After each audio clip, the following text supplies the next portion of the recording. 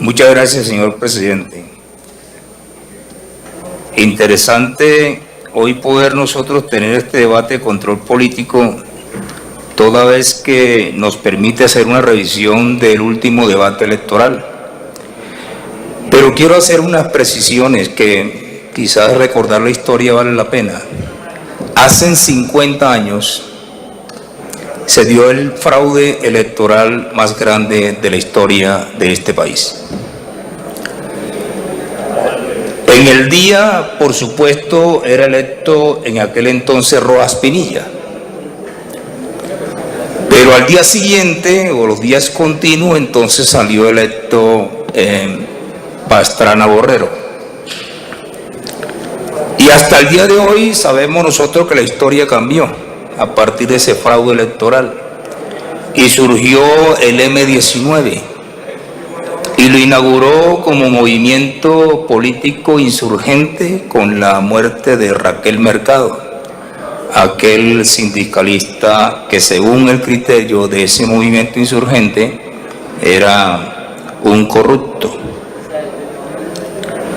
Luego entonces la historia fue avanzando y encontramos que hace 8 años, para ser más cercano del tiempo pasado al tiempo actual, le correspondió al partido Mira.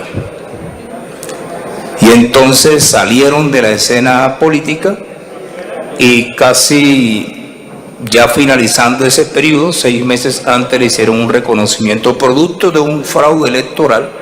Óigase bien, que ni hace 50 años, ni tampoco hace 8 años hubo unas consecuencias penales efectivas ni una sentencia ejecutoriada contra el fraude electoral. Solo se le hizo un reconocimiento al final. No se establecieron responsabilidades. Hace 4 años nos correspondió a nosotros. De igual manera también nos sacaron del escenario del debate político y luego hasta el 19 de julio de ese año 18 nos reconocieron que teníamos derecho a poder ingresar al Congreso de la República. Todo esto forma parte de la historia del país. Ahora, el rol viene cambiando. Los actores de los procesos cambian. En aquel entonces, hasta inclusive el año 2018, por supuesto que los jurados de votación eran funcionarios públicos esencialmente. Y dado que esos funcionarios públicos tenían un favor político al cual responderle, entonces no había alarma por los partidos que dominaban el sistema electoral en el país, porque tenían lógicamente sus jurados que podían hacer o cumplir su cometido. Y era así entonces cuando los maestros de nuestro país siempre tenía un mediador para los nombramientos, un político. Y luego entonces el favor político se cobraba en el tiempo de las elecciones. Así también pasaba con los jueces de la República. Siempre había un mediador político que incidía para el nombramiento de ese que estaba vinculado a la administración de justicia. Se fue desarrollando todo un proceso sindicalista en el país.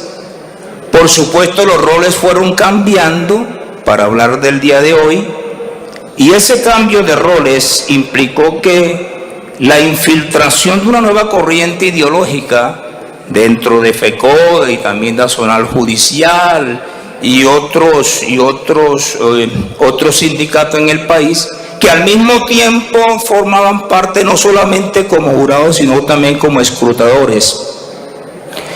Y se cambia entonces la percepción del fraude. Y ya hoy no responde al político de turno antiguo. Hoy responde a unos intereses ideológicos bastante marcados que se logró precisar en el último debate electoral. Entonces los resultados comenzaron a cambiar, toda vez porque el fraude se cocinaba al interior y en beneficio de un movimiento ideológicamente definido. ¿En qué estamos hoy?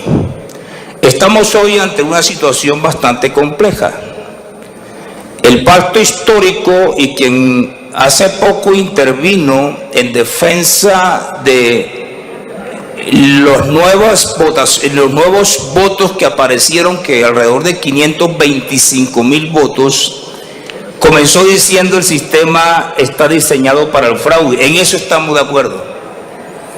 Pero luego terminó diciendo que no era un fraude, sino que era un error. Para ellos 20,000 mesas que aparentemente no fueron escrutadas. Quiero decirle, para nosotros los que estamos aquí en coalición fueron 16,000. Para nosotros perdimos 26,000, casi 27,000 votos. Para ellos le aparecieron 500,000 de votos. Miren la paradoja del mismo sistema. A nosotros nos disminuyó. Para ellos 20,000, nosotros 16,000, donde no aparecieron votos. Y sin embargo, vaya que sí les alumbró entonces la varita mágica. Y aparecieron no solamente 500,000, sino 4 curules más. A nosotros 26,000 menos y 16 mesas donde no se logró ni siquiera anunciar un solo voto a favor. ¿El sistema cambió? No cambió el sistema. Lo que pasa es que ahora el fraude está al lado de otros. Lo que pasa es que el cambio ideológico y político permite que el fraude esté al lado de otros. Así miramos nosotros las cosas. Es que no es problema de la registraduría, es problema del sistema. El sistema está diseñado para el fraude. El sistema está orientado para el fraude. Y por eso vemos que el más grande se come al pequeño. Ahora ya no es de minoría, porque es que estos bloques no son minoría. Más bien las minorías fueron desconocidas en la reforma en cuanto tiene que ver con el estatuto de la oposición. ¿Dónde está la minoría? ¿Dónde están los intereses de la minoría en la reforma que dio lugar al estatuto de la oposición? No existe por ningún lado. Consideramos que posiblemente lo que pasó hace 52 años atrás, quizá de pronto se puede repetir en el debate electoral a la presidencia de la República. Ahora ya no en manos de los partidos tradicionales que de una u otra manera manejaban el fraude.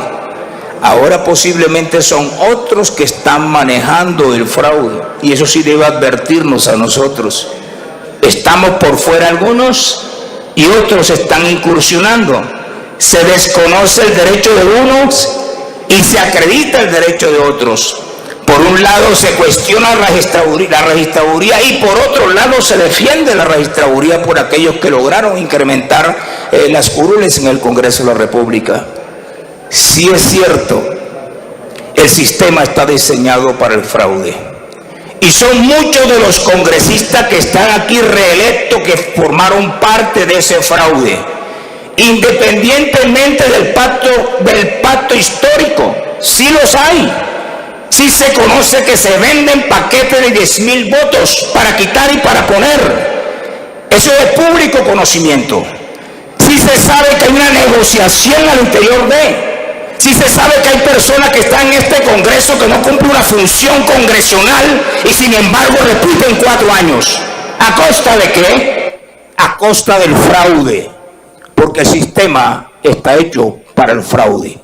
Así que no solamente voy a culpar o de pronto indilgar responsabilidad al pacto histórico, no.